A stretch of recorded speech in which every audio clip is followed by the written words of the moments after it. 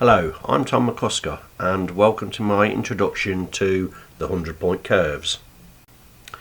In order to do this, we're going to be using Microsoft Excel, Notepad and MicroStation. Step 1, we'll be using Excel to give us the information we need to produce the 100-point curves. From this first screen that you can see, there is a lot of information that the design engineer has to input for you.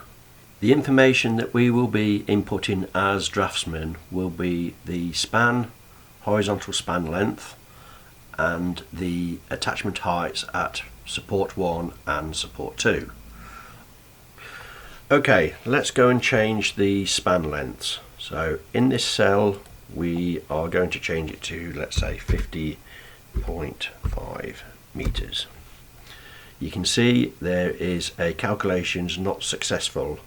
I will show what that means in a second. If we change the attachment height to, say, 7.5 meters, and the gantry will be 0. In this cell here we can name the tower if we so wish.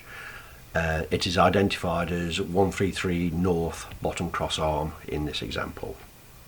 Scrolling down, you can now see the calculations not successful. That means that you have to run the sag and tension calculations for the initial condition by pressing this macro.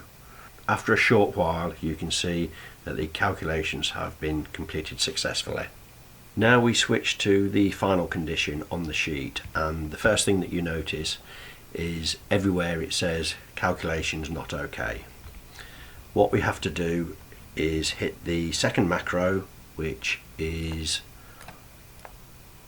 the run change of state calculation. So we click on that and everything is okay. From this point we are looking for the hot curve condition, the one that has got the temperature that we are going to be using. In this case it is condition 4. So if we bring condition 4 to the front by highlighting the border and then scrolling along until you see the blue and purple lines, these are the 100 points that we are about to use.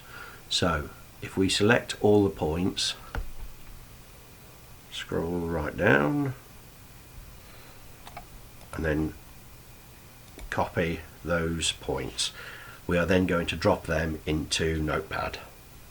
Open up our Notepad and paste into that. Then we do a file, save as, and here you can save it as whatever file name you like, but give it some meaning if you can.